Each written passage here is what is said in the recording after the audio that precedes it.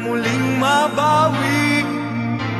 Ating kalayaan kay tagal na nating mithin, di napapayagang mabawi muli.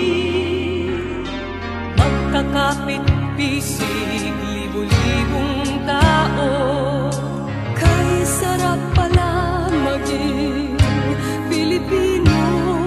Sama-sama iisa ang adhikain, kailanman di na maaalipin. ang Pilipino sa mundo, mapayapa